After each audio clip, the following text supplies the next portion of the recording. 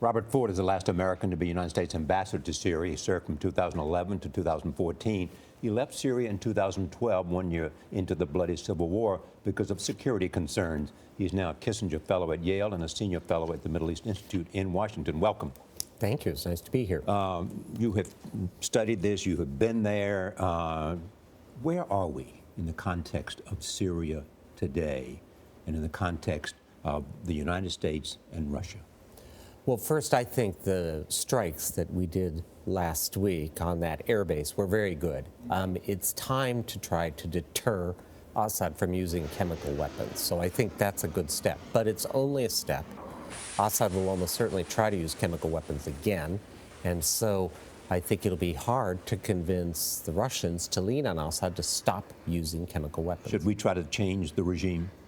I don't think we can change the regime, Charlie. Russia and Iran are in such a big way that it's no longer in American capacity to change the regime. What we would like to see is a negotiation between all the different sides to come up with a new government. With having some leverage on the ground. Well, and no negotiation works if you don't have some leverage. You resigned as ambassador to Syria under the Obama administration because you were frustrated. Right. Well, we were saying in the Obama administration we wanted this negotiation I was talking about, but we were doing nothing to actually get to a negotiation with leverage. You believe the use of force. Some kind of military pressure. I didn't want U.S. direct force involvement. I always wanted us to help Syrian fighters on the ground who themselves wanted to negotiate. Do you think? Go ahead. It was interesting. We were talking just right before we came on the air, and the ambassador was saying, as he just said now, you believe Assad will continue to test us, that he will likely carry out another chemical attack. Can I just go ahead and raise one point on that? People say unless you can threaten his survival, nothing else will change his behavior.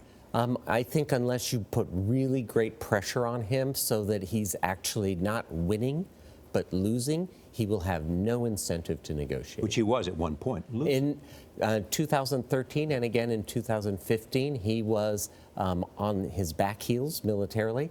Once Iran stepped in, and then the second time, Russia stepped in. There's a third calculation here, which is defeating ISIS. Defeating ISIS, removing Bashar al-Assad from power. Are they mutually exclusive? The Islamic State draws recruits from the frustrations of people in Syria, especially Sunnis in Syria, who are angry at Assad largely. And therefore, the idea that we can just bomb ISIS and then leave Syria isn't going to work, because we'll kill extremists, ISIS will recruit more. We'll kill more, they'll recruit more. It ends up being what a New York Times writer, Dexter Filkins, calls a forever war. Yeah, with the New Yorker magazine. Here's what's interesting, too. The Russians and the Iranians have said they will meet force if there is another attack. So what does that mean? Where are we going? Is this a slippery slope into some kind of limited war with Russia and Iran? The Iranians do have the capability to get back at us. For example, they could get back at us with our troops that are now in Iraq. So that's going to be a tricky diplomatic challenge, Charlie, to both maintain deterrence against Assad using chemical weapons, but also deterring the Iranians from hitting back at us in a place like Iraq, where our soldiers are very close to Iranian soldiers and Iranian militias. Because we have nearly, or about 1,000 U.S. troops on the ground in Syria. And 5,000 in Iraq. What would you do if negotiations fail, as they have? Well, I think the most important thing right now is to reestablish deterrence against chemical weapons. That's a distinct, limited goal. It's not a big goal like fixing the civil war, just deterring the use of chemical weapons, because that applies not just to Syria, but that also applies to Asia, applies to Africa. But does that include chlorine gas? Yes, absolutely. They have used chlorine gas after the strike. I know that, and we could not get the Obama administration to react to that. Even after the 2013 deal with the Russians, Assad began using chlorine gas. That's why I said they test. They test and they test. That's really interesting, because President Obama made the case, look, I didn't act after the last big chemical attack in 2013 because instead I got something better, which is I got Russia to help remove a lot of these chemical weapons out of Syria. But it's clear they still remain. The deal was flawed that way, in that we could not get the Russians to enforce it.